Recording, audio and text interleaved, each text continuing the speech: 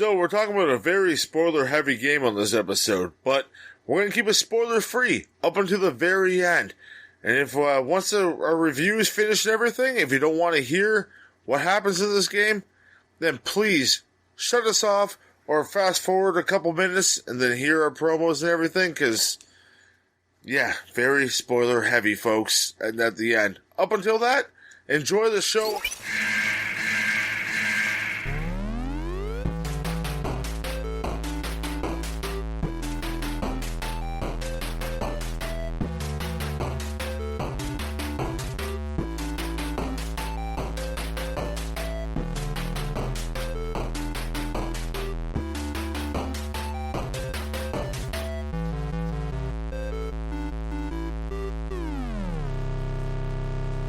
Hey there, gamers. Welcome to the Secret Levels podcast.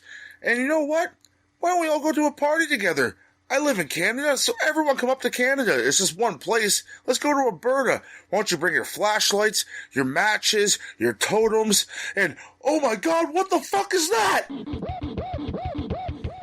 I'm player one, Toby. That maniac is probably just sitting there under that window waiting to blend us into pina coladas. And I am player two, Goobs. But you gotta remember, there's more to this guy than just being a lean, mean, luggage-lifting machine. And we have a guest. We have someone also joining us to go to this cabin. We have a player three. Please introduce yourself. What was that? Hey everybody, I'm Adam, Adam Gumby on Twitter, the coolest guy in the cabin at the moment. Holy crap, you scared the heck out of me. That's right.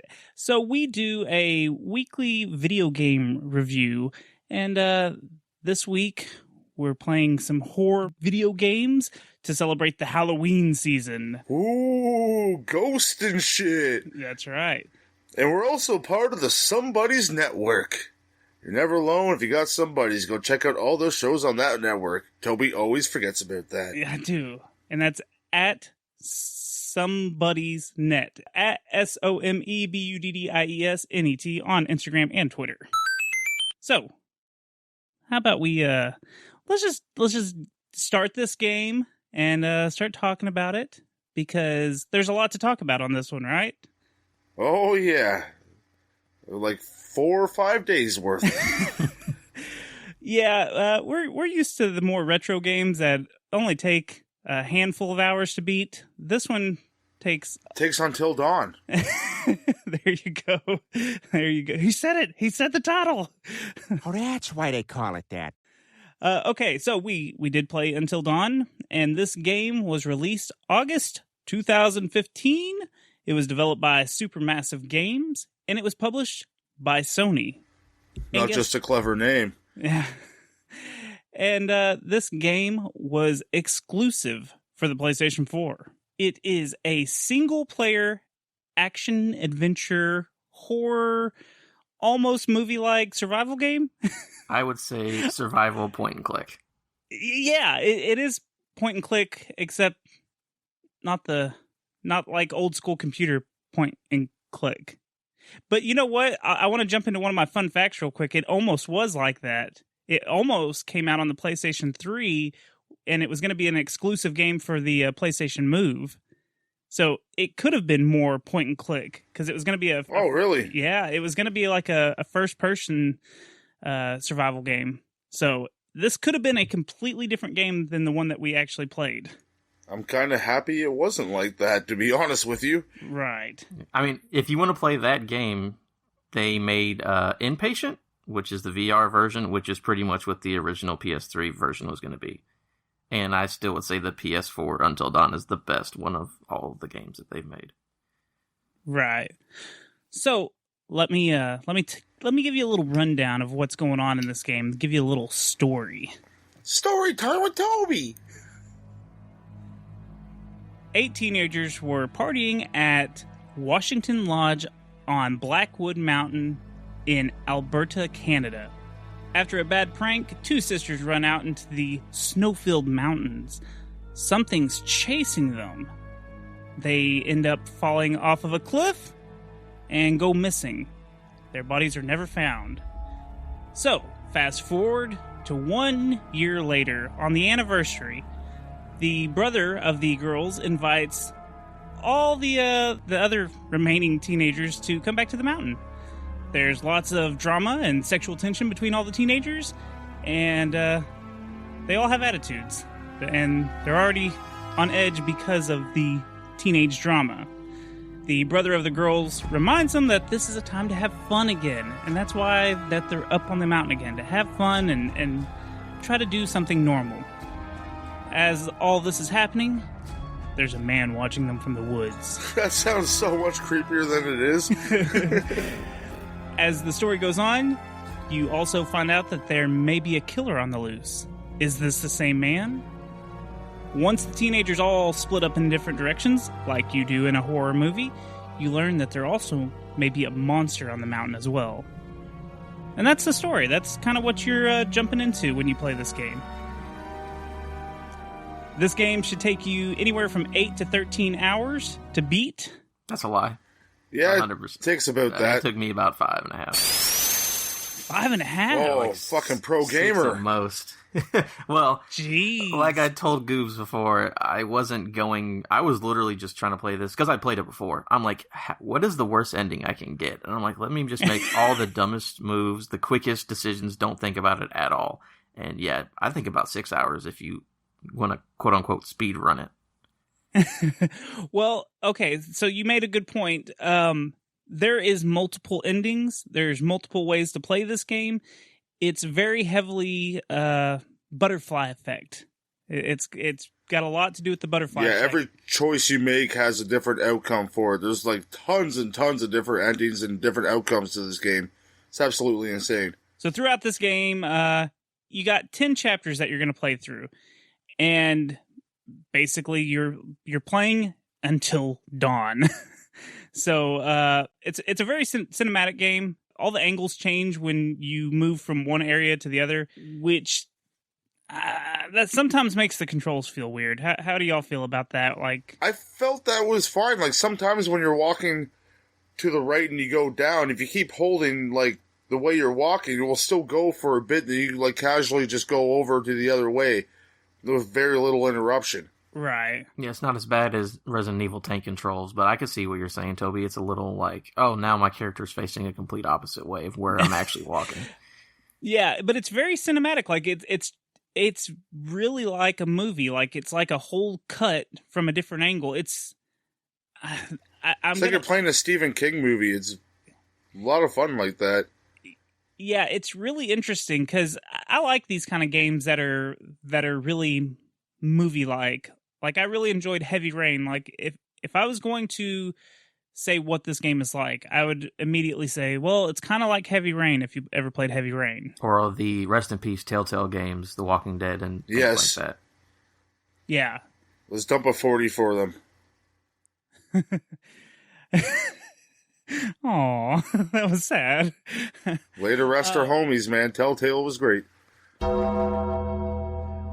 So in this game, you're trying to find clues. You're looking around. You're searching through stuff. That's why it takes me so long to play, because I'm a scavenger and I like to find everything in every nook and cranny. So I take my time and I search everything. Yeah, there are a lot. Gotta find those totems, man. Yeah, a lot of collectibles. Find out your due. Yeah, I got the totems, got your pictures and stuff you can look at. Yeah, so let's talk about the totems for a second. So you find these little totem pieces and throughout the game, and it kind of gives you hints on what might happen, but I wasn't 100% sure how the totems worked. Like, if you fill up one totem completely, is that like how your ending is, or...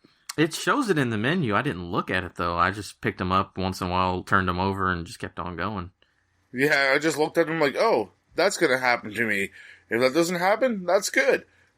If that happens, that's bad. If that happens, that's good. Yeah, it shows you pretty much all the choices you should and shouldn't make, but it doesn't tell you when it's going to happen and what is the correct choice. It just kind of gives you a small little hint. But I didn't know if something changed within the story, if you completed one of the totems, or because there's like 5 or 6 different totems that you can collect for, and it always seemed like I always collected the death totem somehow. So like it always like paranoid me, like, oh god, all my characters are gonna die. because you will lose your characters if you're not careful. Yeah, you got to be vigilant, and you got to stay awake until dawn so your characters don't die. Your fingers got to be quick and fast, and don't fucking move. Please, for the love of God, don't fucking move. I'll touch upon that when we get the controls. Let's touch on the quick action buttons, because there's a lot of quick action buttons. Quick time events. Quick time events. I always call them quick action. I don't know why. Whatever. Anyways. Because you're used to quick action drawing in Texas. So, but yeah, so you've got to be quick sometimes. Once action scenes start, you may have to hit X. You may have to move the left joystick over to something to shoot a gun or whatever, and do it as quickly as possible, or throw a snowball at some points in the game. What do you mean by throwing a snowball, Toby? Hey, you get in a snowball fight that becomes very, very sexual very quickly. Shit happens. There's two different meanings from snowball. Oh. Well, yeah. But yeah, this game's full of horny teenagers. Let's just put that out there. They're all 18, 19-year-old horny teenagers. It's your typical horror movie. You know, there's a lot of the horror movie tropes in this game. But tell us about what you were talking about with staying still. Yeah, so the whole don't move thing, like the controller, I guess we'll touch on that right now. They use every aspect of the PlayStation 4 controller in an absolutely beautiful way. Like sometimes you gotta like light a match or use a lighter or something, you gotta wipe your finger across the touch screen. Or not the touch screen, the little, what the fuck, touchpad? Yeah. Is that called touch? Yeah. You gotta rub your finger across that, like to change pages of the book, and I really enjoyed that aspect of it. And the controller will make noises at you when it's time for a quick time event, like ching, ching, ching, ching, ching, ching. It's like, oh crap, man, my heart's beating so hard right now, because I know this shit's coming. If I miss it, someone's gonna die, probably. And then you get those moments, that's the absolute most anxiety-ridden moments in this fucking game, where it says, don't move. And you have to sit there. I hold my fucking breath, hold the controller in my hand, and try not to move my hardest.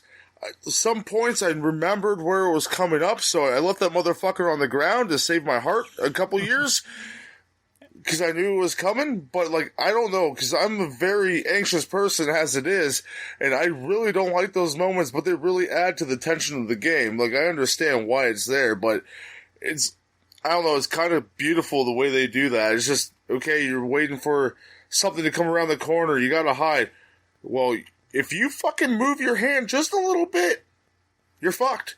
So you gotta stay still. Yeah, the controller can sense it, and it's funny because I tried that technique of setting the remote down on the table too, and it'll vibrate. So you got to be careful. It'll vibrate because you're scared. That's why you put it on a pillow, man. Well, I started playing with the remote always in my lap because I didn't know my first playthrough. I didn't know when stuff was going to happen, so it was always sitting in my lap, and so I was always playing this game real awkwardly, just so when those moments came so up, you cheated just like I did. Yes, I did not try to see if my hand was steady enough to do these parts. So I could get it as I didn't set it off once. I'm proud of myself on this playthrough. I did on my first playthrough. That's why I was like, oh, I'm not fucking that up again. How did you cheat, Adam? Yeah, like I just knew from the first time where to put it down. Yeah, you just lay it on your lap, or you put it somewhere where the vibration isn't going to mess it up. Right. Yeah, you just got to know what's coming up. In my first playthrough, like I said, I put it on a table because I had it happen once, so I set it on a table, and it just started going brrr, and then it obviously shook my remote, and I lost that one as well. It's like it knows you're cheating. Yeah, it was like, oh, you're going to try to cheat right here? Nah. So, we should touch on this, because this is really important. Sometimes not making a choice or doing an action is a choice. Is the best choice. Yes, like sometimes stuff will happen to where you might have two options and you're like, oh God, which one should I pick? And sometimes it's okay just to not do anything.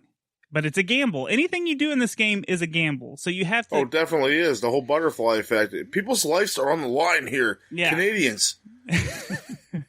And some very, very attractive ladies are in this. And you don't want them to pass at all. Perish. Well, you know what? Let's talk about some of the characters, because just one thing quickly, as we're talking about choices or not choices. This is not a spoiler in any way, shape, or form, but I really got excited to say during a whole big scene we're running around and all this stuff, and there's one part where a dog pops up at you, or a wolf, or whatever the hell it is, and I don't like hurting animals, so it's just like. But I almost did, but I pulled my finger away the last second, almost punched a dog in the face, and almost did the same thing to a deer. Like, I always stop myself, because you're, frantic. You're thinking, you're gonna die right now. So I'm like, no, I can't do that. Right. You don't know if it's the serial killer or maybe a monster. There's a lot of jump scares in this game. You're gonna jump. Oh, fuck yeah. They're gonna get you on some I got cheap good ass... the other night. Yeah, they're gonna get you with some cheap ass jump scares. That's all there is to it. Yeah, I'm gonna say this game is 99.9% jump scares. Yeah. Put some depends on, folks, when you're about to play. There's a lot of tension in this game, but yeah, the majority of the scares in this game come from shit just popping out at you or jumping out of the woods, and then it's just a deer, and you're like, son of a bitch, it got me again. It only got me once, but that one time, dude, it was not a fun time at all. It's just like, I was shook after that. Like, fuck, why the fuck did I let this happen to me? Now, quick thing, I'll ask you guys, because the game is a lot of jump scares. There's some good ones in there. There's some ones you can see coming a mile away. There are maybe 2 or 3 in the game. There's no spoilers. But it's like when you're looking through either a telescope or maybe a scope of a rifle, and something will pop up, and then the characters completely turn around and act like nothing happened. Yeah. There's no sell it, like Undertaker. Yeah. The first one they react to, and then the other ones, they're like, oh, okay. And I'm like, we're just gonna, is no one gonna give that any attention, or what's going on? Yeah, so they're looking to find the cabin or something, and Mike and Jess, and you see something pop across, and they just okay, well, let's just keep going. No explanation for what it is. It doesn't, I don't know what it is, and they're just like, okay, well, I'm scared. Have a nice day. I'm like, Yeah, let's go fucking throw snowballs. They don't care about any of the noises they hear. They don't care about anything that is actually, if it was me in the situation, I'd be terrified, being like, what the fuck was that? Did you see that? We're going back to the big house. We're not going to this little cabin. The thing you guys don't understand is they're Canadian. Everything's okay. We don't worry about things up here. I guess so. But we do all the time. You just worry and say sorry about it. Yeah, sorry. Eh? And now every Canadian's fucking high as a kite, so it's going to be even less caring. That's right. No, what I was wanting to touch on a second ago was the acting power that's in this game. There's some... I would call them stars. There's a couple of voice actors that are in this. Save the cheerleader, save the world, man. Yeah, the chick from Heroes is in it. And she's also in Nashville. I only know that because Kristen, my girlfriend, loves that show. Yep. And I like watching her in that show. It's a good show. So I'll watch that show with her. I'm defending myself. Anyways, and then the guy that plays in Mr. Robot, he's the older brother of He's the going to be two Freddie sisters. Mercury, too, man. Oh, yeah, that looks good, by the way. Just a side note, that looks good. But yeah, so I like those two actors a lot. So my first playthrough, I was like, holy crap, this is great. Because, it's like watching a TV series or a movie, a really, really long movie with some of these characters that you possibly like. And a bunch you don't. There's one in particular, but I think it's just the character. I just did not like the character. Emily? Is that the bitch? You're talking about Jessica. Yeah. No. Jessica's she's funny. I think her character's funny. She's slutty, right? That's the slutty one. Mm-hmm. Yeah. I don't like the one that's. We'll break down the characters in a second. We'll go through. Yeah. But yeah, I didn't like her so much. But what about the psychiatrist? Because in between chapters, Oh, man, big part of the game. Yeah, you go to the psychiatrist, and he asks you a bunch of questions, and you have a book, like it's, you pick one or the other, like, what are you afraid of, snakes or rats? And you have to pick one. And I don't know exactly what it changes in the game, but I'm sure it does change a little bit.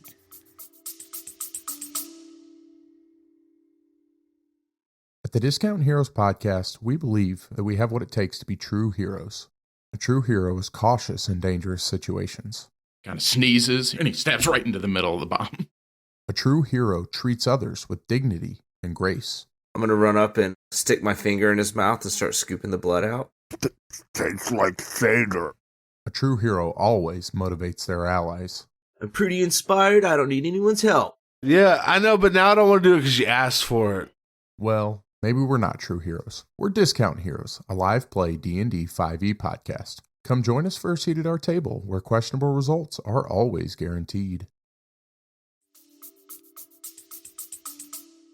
Like guts or needles. I got stabbed with a needle at some point. See, and that's what I thought, because in one of my playthroughs, because I started thinking, because I'm deathly afraid of snakes, and I was like, I'm not picking snakes, because I feel like snakes are going to be a part of this game, so I would pick rats, and I would see rats throughout the game. So You're such a baby, man. You pick snakes. No. It tells you got to be honest, man. You're playing the game. There would be some of the choices I'd make, and he'd be like, that doesn't match what you were picking earlier. And I'm like, oh, you're contradicting yourself. Or he'd say something along those lines, and I was like, oh, you caught me. I just don't want to be scared. You know, I think it gives you a couple jump scares. I did pick snakes, and I don't believe, outside of the psychiatrist thing, that there's any snakes. But I picked, I think, crows or ravens or something, and then those did pop up in my game, and there was no rats. So maybe, yeah, it'll change it based on what you do say. Because I don't remember any rats, but I do remember a crow scare. I feel like I remember several different scenes with rats in it, but I don't know. I just know he's asking you questions, and each time you go, like I said, it's after each chapter, you go and you can't see who you are. You just see the psychiatrist, you're sitting behind his desk, and he's talking. It's like a one-on-one personal interview. It's really gets intense at some points. Yeah, it's really bizarre, and every time you come back, it's like his office is deteriorating a little bit more, and it gets really weird, and it looks like it's a rundown building or something that he's in eventually, and it gets really weird. But there's reason for it, and I'm not going to spoil it, but there's might be reason for it, and we'll talk about it later to not spoil anything as of right now. And that guy, by the way, I think he's the best looking or best animated character in the game. He looks the best out of everybody, for sure. He's a handsome fella. I mean, well, I'm talking about in the game, not like he's the most attractive, but I know what you're saying. No, yeah, he does. This whole game looks beautiful. Like, his scenes are terrifying because they look realistic. The first playthrough I've ever did was just like, whoa, what's going on right now? It's just like real life, because this guy's talking to me personally, like, are you ready to play this game and everything like that? So, like, breaking the fourth wall. And then you're making all these choices, like, okay, if what I just picked now fucks me up later, I'm going to be really upset with myself. Let's talk more about the characters. Which characters did you like, and which characters did you dislike the most? Adam, go ahead, buddy. Who did I like? I like pretty much all the characters. I like Josh because he is the dude from Mr. Robot. Okay, yeah, my favorite character it's probably Mike. For the simple fact that he might have the best dialogue in the game. Like, his one-liners are definitely like 1980s horror corniness. Like, at one point he says, "Fuck nuggets." Oh, fuck nuggets. And I was like, all right, this guy's amazing. My least favorite. Yeah, it's really heartwarming to hear "fuck nuggets" in the game. So he says so many corny lines. Like, the first 2 hours, 3 hours of the game, it's like, okay, dude, all right, whatever. My least favorite is probably Jessica. I don't like her. Like, I don't hate her. But she's with Mike, man. She's with your boy. Know, so I'm just like, I don't like. She's just. I understand that Toby brought up Emily earlier, but I feel the way that he feels about Emily, that's how I feel about Jessica. I like everybody else. I just feel like Emily is needy, and she's that chick that expects everything to be handed to her, and I hate people like that. So yeah, I gotta go get my bags, Matt. Yeah. Fuck you, bitch. I know. I was like, Matt, stand up for yourself. Just tell her to fuck off. Yeah, I want to like Matt more. I do like Matt, but I don't feel he gets as much screen time as some other people, and he wears sweatpants on a mountain, so that doesn't really make any sense. But I think Matt and Mike are probably, my top two. Right. Who do you got, Goobs? Because I kind of already said Mr. Robot and Nashville were my favorites, and I'm all about Chris, man. I love Chris. He seems like someone I would hang out with. This seems like a decent dude. Like he's into guns a little too much, but or so he thinks. But otherwise than that, he's just like the shy guy. He's there with his crush, and he can't really like make the move or anything. He's stuck in the friend zone, and yeah, I don't know. I just really enjoy him. And you have to make a fucked up decision. Yes, you do, as Chris. As Chris. Like, that's probably one of the most fucked up decisions in that game. And no spoilers, but I freaked out when I was playing the game.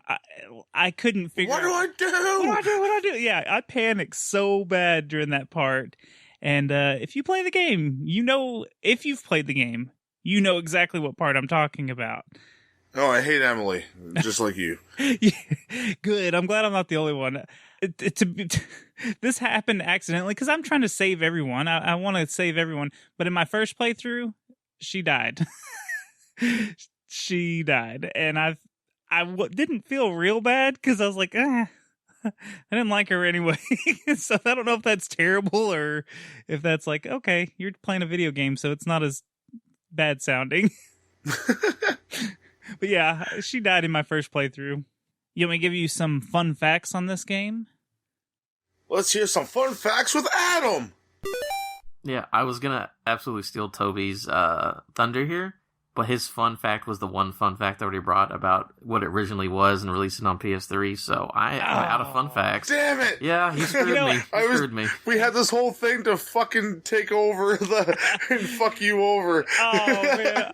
Yeah, so I usually hate jumping ahead, but I thought that was really interesting, so I wanted to bring it up because we had talked about kind of like a point and click where it could have been more like that. So I'm sorry, I ruined the butterfly effect. I ruined your joke because of a choice I made earlier.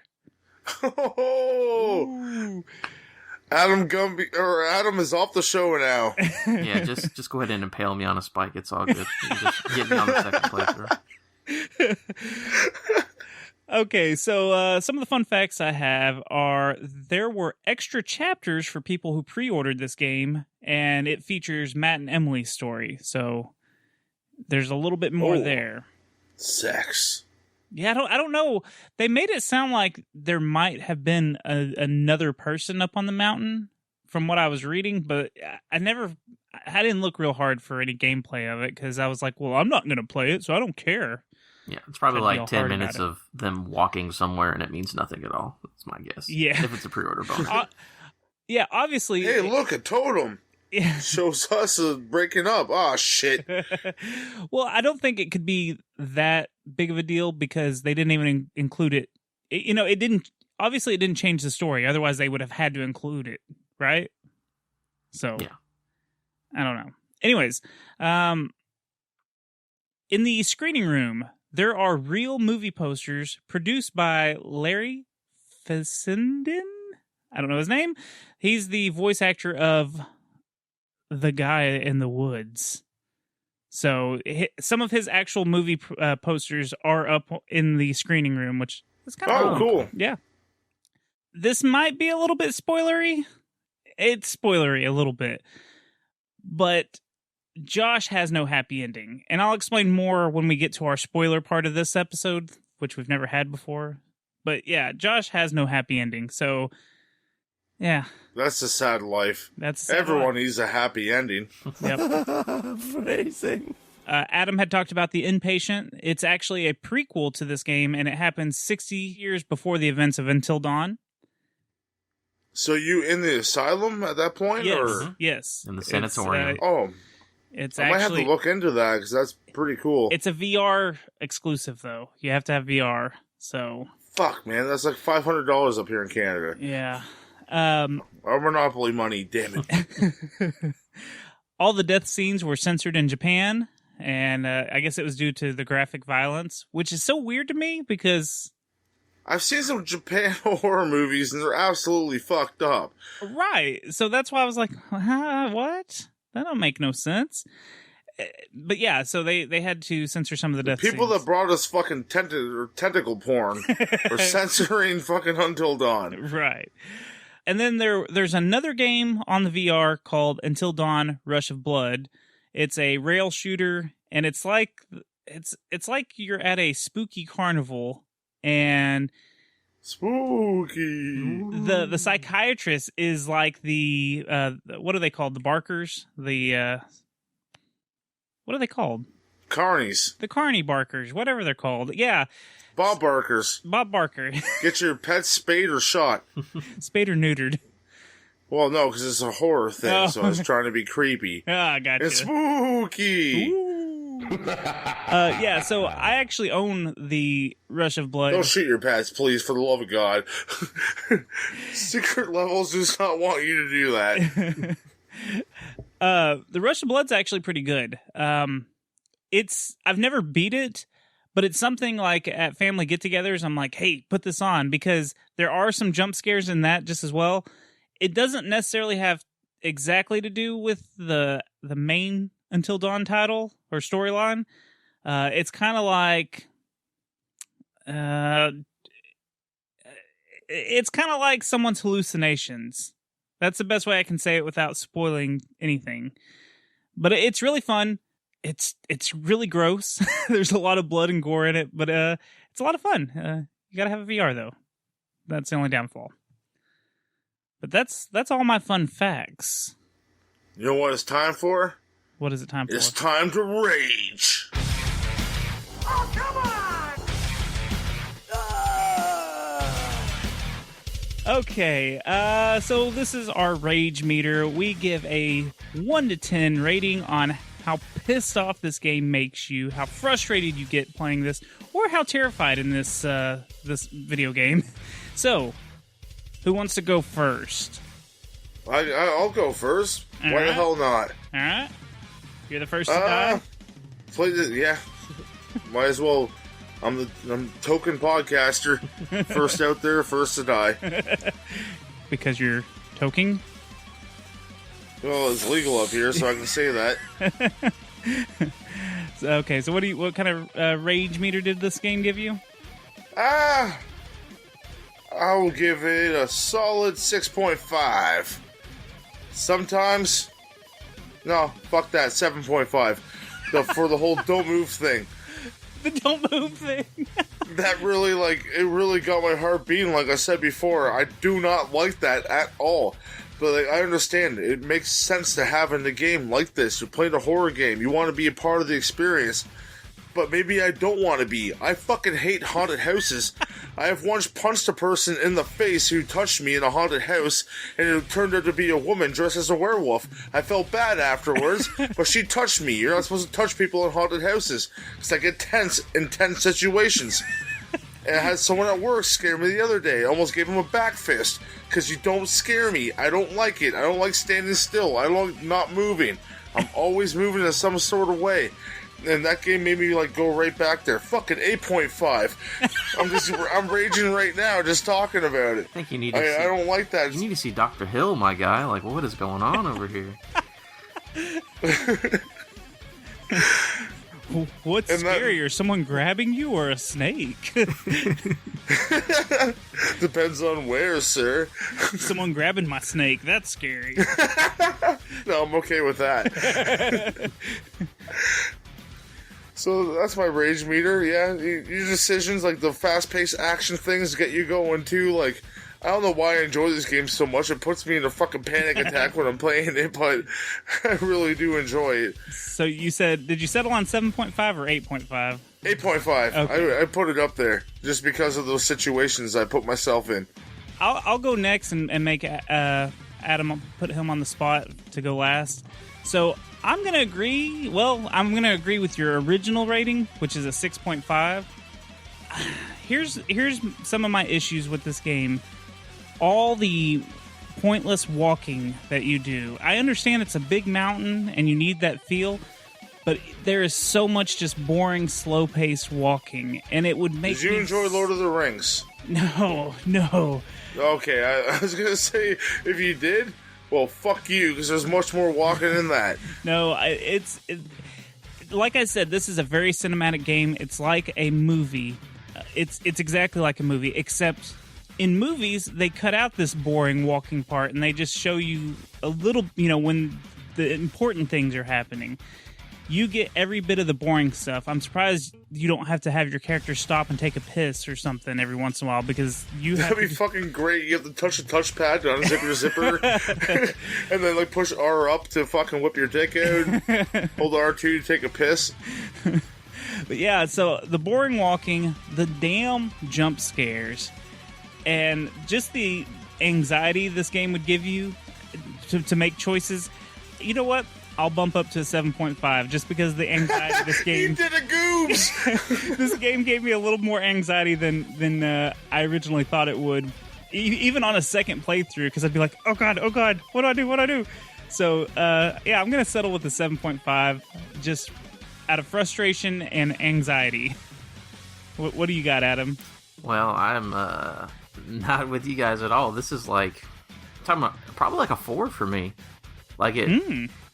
The game's not difficult, really, and maybe it's go the way I was playing, because I was not trying to find every collectible. You're right, it is a lot of walking, which can be boring, but you can.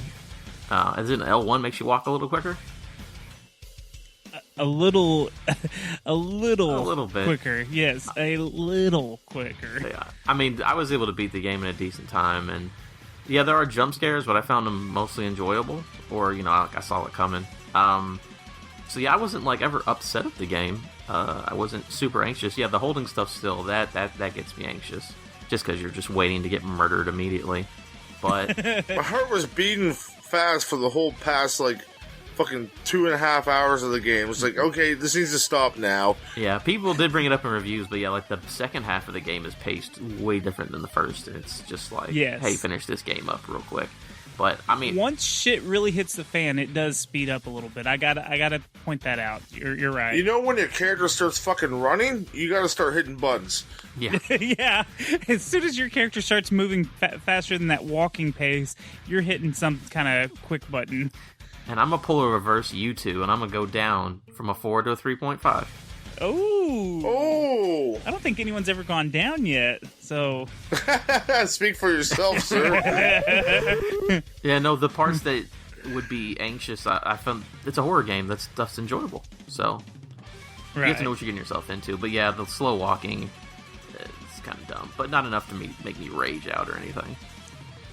I would get bored. That's my defense on that, is I would get bored, they're just talking back and forth and flirting and wanting to get to that cabin to fuck. Okay, I get it. But then he says fuck I'm gonna do nuggets. something that's never been done on the show before. Yeah, but he does say fuck after nuggets. My review. No, he says fuck nuggets, and it makes it all better, man. 7.5. Bringing it back down. There you go. You talked him down. Okay, so how about we move on to our overall rating, a 1 to 10. How do you feel about the game? Adam, you should go first. Let's see. I do find the story pretty enjoyable. I like the scary stuff.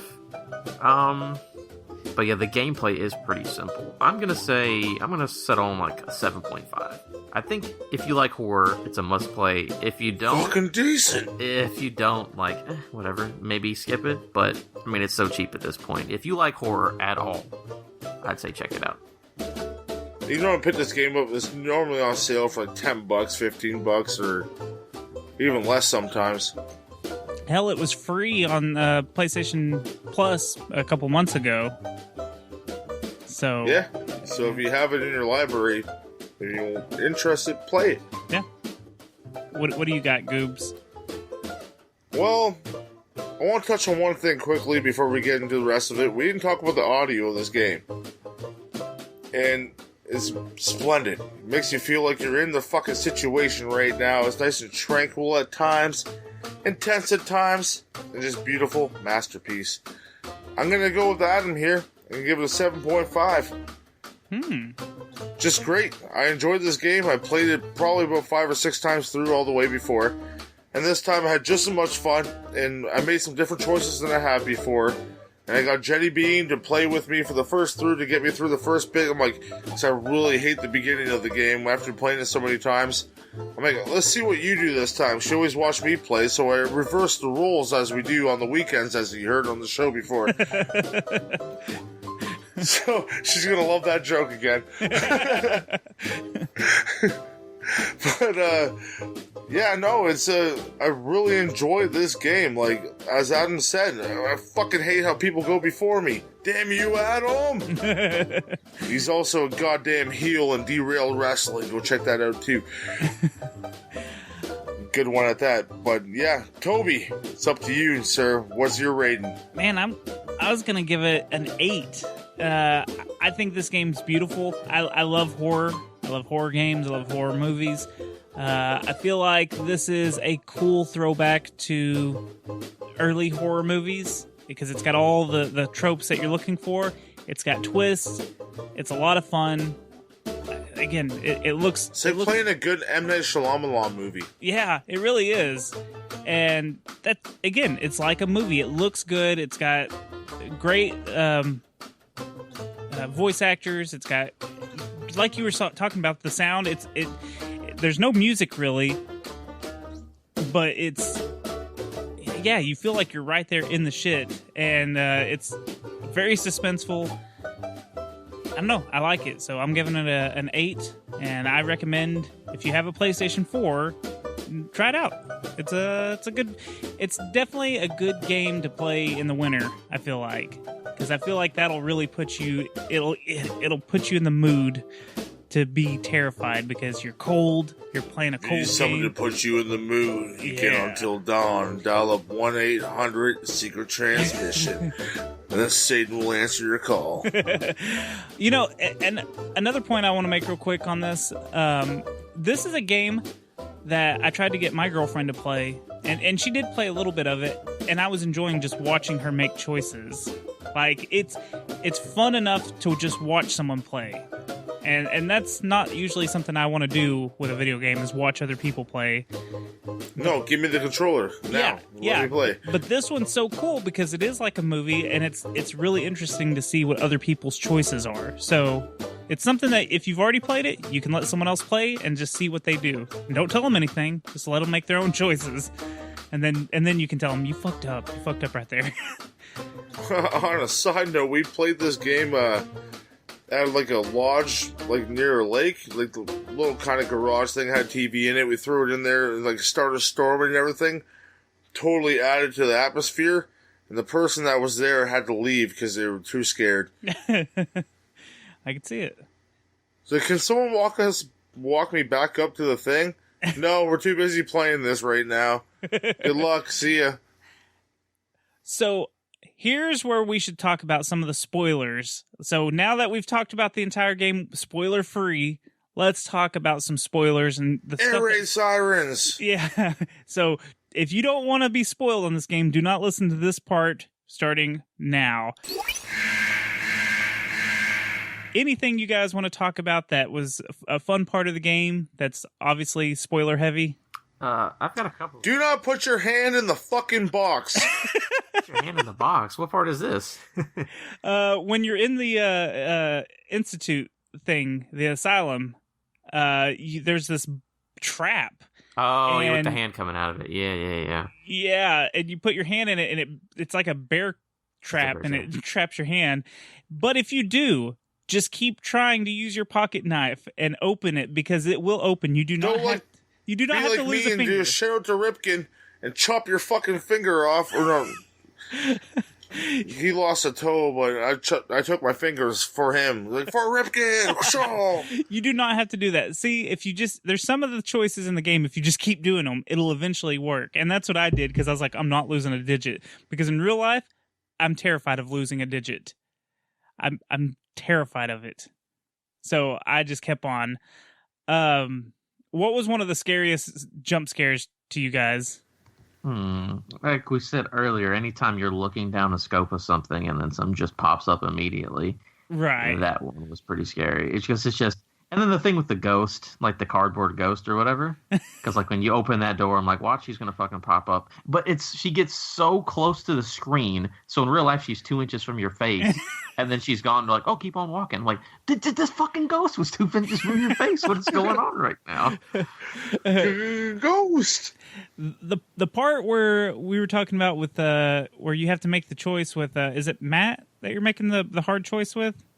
Oh, you shoot somebody? Chris. Oh, Chris. Yeah, Chris, where the saw blades are coming at the two characters tied Sam up. and Josh. Yeah, that's right.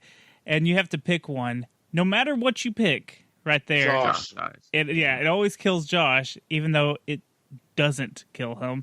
I loved all that because there's two plots going on in this game, and I think that's great. You got the monsters, the Wendigo, and then you've got the serial killer. It's kind of three, because you think you're the Wendigo, there's a serial killer, psycho, and the stranger. Well, you kind of think the stranger is the one that's the serial killer. That's what they're trying to make you believe the whole time. So you're not. See, I never got those two misconstrued because I always saw the guy in the mask, and then I got the guy with the flamethrower. I never put those two together. See, I always thought they were working together. In my first playthrough, I was like, these fuckers are working together. One of them's changing into a monster or something, or trying to Scooby-Doo scare these kids. Like, I didn't really know that there was going to be Wendigos in this game, which was super cool to find out. Yeah, the Wendigos are the actual twist and interesting thing. Because, like, especially if you beat the game, once you know that Josh is the psycho, it's just like, I'm not even worried about the psycho. Yeah. Because I know fuck him. He's not going to hurt me. Yeah. I'm worried about those motherfucking Wendigos. They're going to Wendigo from a throat. Yeah, so Josh, no matter what you do, he doesn't have a happy ending like I was saying earlier. If there's something where you can save him a little bit, so there's a part where the Wendigo has him and the Wendigo crushes his head and kills him. Yeah. But then there's also the ending to where Josh survives and he's becoming a Wendigo. Yeah, and like then when the police show up, like he's a Wendigo and like attacks him or something. Yeah, right? Yeah. There's so much cool stuff to this game. I really enjoyed the lore of the Wendigo in this particular story because Wendigo is one of those creatures that has a lot of different lore. So this one was really cool. It's always usually tied to Native Americans and stuff. But just like how everything happened in this particular story, I really liked. So, did you notice when you're in the cabin with Mike and Jess that if you go to pick up the Native American lore book and try to look at it, she immediately makes you stop and drop it and come talk to her? Oh, I didn't notice that. That's funny. You pick it up. She's like, "Hey, come back over here." It's crazy how many hints and stuff there are through the entire game. Because Josh has planted all kinds of things for the serial killer throughout the game. Like there's the message on the answering machine, on the ski lift thing that takes you up the mountain. Yeah. There's a flyer for the serial killer or on the loose or something like that. Some kind of flyer. Yeah. So there's all kinds of little hints and stuff that to throw you off. But then there's also hints that are like, hey, something spooky and supernatural is happening out here. So it's really cool. I think there's a. Did you see the deer, wherever the fuck it is, the throat's all slashed up? It's definitely not from any other animal. Yeah, whenever you touch it, and then like the head just falls off, and then it grabs the body. Oh, yeah. Now, my only thing throughout this game is, why the fuck did they have to when Jess and the guy when they're going to the cabin? Why or do they decide it's a go through the mines? Yeah, I mean that's what me and Jen were saying. Like, why the fuck? Like, why would your friend send you through fucking all this shit? Go through these mines, like risk your life to go fuck, It makes no sense. Well, Let's go fuck upstairs. And then if you remember, Jess can't push the mine cart out of the way. She has to squeeze through between it. But then 5 seconds later, a cart just gets pushed at them, and they have to dodge it. But it's from a Wendigo. Yeah, but they don't even get scared. They're just like, oh, this cart just started moving. But she couldn't push it a minute ago, so they're not just going to move on their own. It's probably been... It's called tension building, Toby. I know, but they just act like... They're just like, huh, that's weird, and they just keep walking and don't even question anything. Like, these teenagers... That's what teenagers do. They're stupid as shit. After the deer just destroyed and something grabs its body and drags it into the forest, and they're all freaked out. And then, they go in the cabin about to have sex. She just runs outside and yells at people, and then... It's like you were literally getting chased. You're terrified. Something threw your phone through the window, and she's just like, "Hey, come get me, son of a bitch!" I'm like, "Are you what?" Yeah. Did y'all get Jess? Don't tread on me. Did y'all get Jess to strip? No, I don't think. I got her to start getting down, but she didn't actually finish. You can get her to where she's like in her bra and panties, apparently. I don't know. I never got her, but I did see some video play where she was just in a bra, and I was like, "How the hell did that happen? I don't remember that." So there's a way to the wrong tune, man. Yeah. I made the wrong choices and I wasn't able to talk her out of her clothes. But now, when we were talking about the choice you had to make with Chris, I thought you guys were talking about the one with the gun, where you have to choose to shoot you or Ash. Yeah, if you shoot Ash, he lets you get murdered by the Wendigo. Yeah. See, I forgot about that one, too. There's a lot of hard choices in this game. There really is.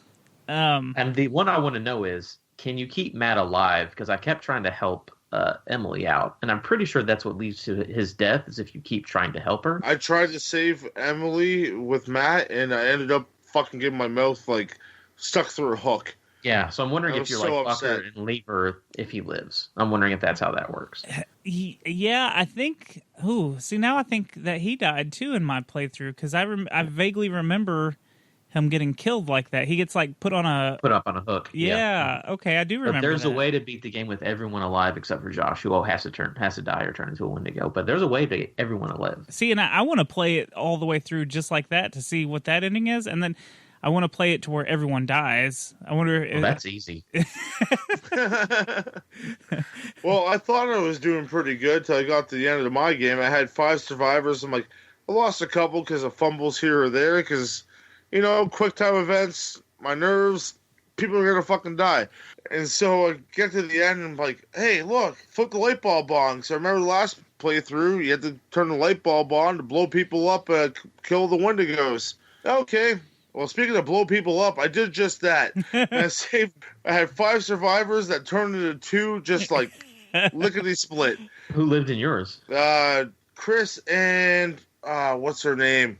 Sam? Sam. I think Sam always lives. Or I guess you can kill her. Yeah, for me it was Sam and Emily, because it was just Sam, Emily, and Mike left. Emily didn't get bitten yours? She got bitten, but at the end, she was still alive. She was in the house being perfectly still. Oh. Yeah, mine was too. She got bitten mine too, and she was fine. She's in the little... Oh, no, she died in mine. She's in the interrogation room at the very end, I think. So, it's a good game. It's a good game. Yeah. Real quick, what's your guys' favorite death of the ones that you saw? Oh, I like Jess's. That was she getting her fucking face ripped off and throat hanging out. Oh, see, that was a pretty good one. And then she falls down the thing. Yeah, a whole bunch of shit happens to her. Oh, I don't know. Hers wasn't that bad in mine. Mine was when you're playing as Ashley, and the group's like, hey, catch up to us. And you hear a voice. Of course, you would never follow the voice in real life. But if you follow the voice, you go over there, and there's a floorboard with a latch on it, and you open it up. And then a window immediately grabs her and cuts her head off. And it's just the most... It's this is the stupidest decision. She hears a voice, goes into a deep, dark tunnel by herself, and opens this clearly do not open this thing up. And then she just gets murdered immediately. I'm like, you deserve it. You deserve it. Oh, she was funny. just with Mike, after she got pulled out of the cabin pretty much on my playthrough. Oh, that's funny. Yeah, I don't know. Even though it wasn't a real death, Josh's death, when he gets chopped up by that blade, messed me up before I realized, before you find out, because that's some Saw shit. Well, obviously there's a Saw, but Dun-dun-dun-dun-dun. You were close. Yeah. But yeah, no, it that one was pretty wicked for it ended up being fake. So yeah, because I was like, how did he fake this? Because like this shit looks really, really convincing. Yeah, and then when he shows See it that all, motherfucker just puts his head in like a stuffed dummy full of guns, like you cocksucker. yeah, it's pretty cool. I really. But he fucking wigs out later on, man. That fucking whole pig scene. Oh, Yeah. So that's spoiler for here's an extra spoiler for that Rush of Blood game. I'm pretty sure it's from Josh's psyche. Like the whole game, like I said, it's a rail shooter, but everything is like because you're talking to the psychiatrist and you're seeing his sisters, you're seeing the Wendigos, you're seeing the that character he comes up with, the killer. And Yeah, like, Psycho. Mhm. yeah, the psycho, and so that's what the whole game is about. And like, he kind of starts having like mental breaks, and sometimes you're upside down in the game, like the rails go upside down, or the walls start closing in on you, or it's got to be. That's what I think it is. I don't know, but it's all his psyche and stuff. Yeah, he's certified crazy because Dr. Hill's not even real. It's just in his mind completely. Yes. It's not even there. Yeah. It's like nothing at all. Nothing at all. Stupid, sexy Dr. Hill. Finish him. Yeah. So let's plug social media or whatever everyone wants to plug. Adam, why don't you plug us first? Well, I'll plug you guys up real nice and tight. No, the only thing for me is you fit in just well. Fits in just like a glove. For me, just follow me on Twitter at Adam Gumby. I stream once in a while. That's where I do all my little anecdotes. I'm a Twitter whore like Toby, so Adam Gumby is the place to be. Awesome. Goobs. Toby, why don't you go right ahead right now? Well, I certainly will. You can check out my other show, the Secret Transmission Podcast, and we talk about spooky stuff like cryptids, like conspiracies, ghosts, UFOs, anything weird and unusual. And in fact, we are going to be doing a Wendigo episode very soon because of this game. So be on the lookout for that if you want to learn about some Wendigos. You can follow us on Twitter and Instagram at Secret Transpod. And our show is available on all the major podcasting platforms. Please tell us about your stuff, Goobs. Well, everyone knows I am Goobs, and I am now officially on Instagram. Air horns, throw air horns in there. I need lots of air horns and gunshots. Follow me on Twitter and Instagram at GoobsWN or GoobsWN on Instagram. I'm not sure how that works yet because I still fuck that shit up all the time. But you can follow me and my other great show, The Derailers, with a wonderful wife, Jenny B, and my best friend, Ripkin. And we go on the train and run out the tracks every single week, talk about random topics, and we have a great time doing so. Check that one out. And also go on to YouTube and find Derailed Wrestling. And you can find guys like Adam on there. Adam is a heel and a fucking jackass. But I still love him still the same. Adam, do you want to cut a quick promo on me right now? You're not even worth the future champ's time, so don't even worry about it. Fuck you. That was a great heel promo. Toby, why don't you cut a promo? Because we're part of I think, tag team. I don't know. I haven't drank my Kool-Aid yet. Cricket noise. I don't have anything. I'm not very. Go check out that show on YouTube. It's full of great people. And we make a roster on WWE 2K18 leading into the 19th. And we're going to make a whole bunch of great stuff coming up for you right now in the future. And God damn it, you threw me off so much, you fucking asshole. Good. We put a lot of effort into that, and go check it out, folks. That's right. And for these secret levels, you can find us on all the major podcasting platforms also, and you can check us out on Instagram and Twitter at Secret Levels Pod. And we have a Facebook page, and there's also a Facebook group called Secret Levels Group. You can chit-chat video games or any other stuff with us in that group. You can tell us how good our episodes are or how bad they are, whatever you want. Come join. It's a lot of fun. And we've got some merchandise. Also go to tpublic.com/users/secret levels and put some sweet swag on your chest, because that is the best, and our swag is put to the test. It's absolutely not a mess. It's going to be great. Someone give that man an arrest. Ugh. Oh, damn, it's cold up here, Toby. All I got on are these goddamn booty shorts. Well, I told you to pack some more clothes. What are we doing up here again? Coming to get our fuck on. What do you mean? I know that, but isn't there like a weird legend of some kind of monster up here or something? Come on now, it's not like we're in some kind of horror video game or something. You don't believe that, do you? No. I just seen if you believed it, but hey, did you hear that? Did that? Fuck nuggets! It's the Wendigos! Game over, folks.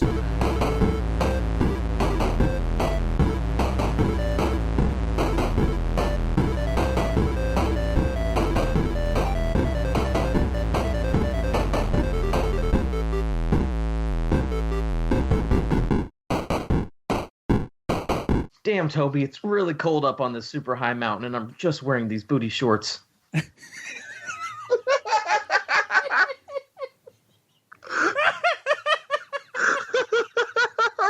We're keeping that line, by the way. Now we know what's coming. Okay, I'm going to stop laughing. Toby set me up. I was like stone faced until he did that. I had to process that. Like, it didn't hit me for a second. I was like, booty shorts. And then I pictured him in booty shorts, and it was all over. Okay. Composure. Serenity now. Well, I don't remember what I said. What did I say? Okay, I got it. Cold. I got booty shorts. Yeah. Ooh, damn, it's cold up here, Toby. All I got on are these goddamn booty shorts. Well, I told you to pack some more clothes. What are we doing up here again? Coming to get our fuck on. What do you mean?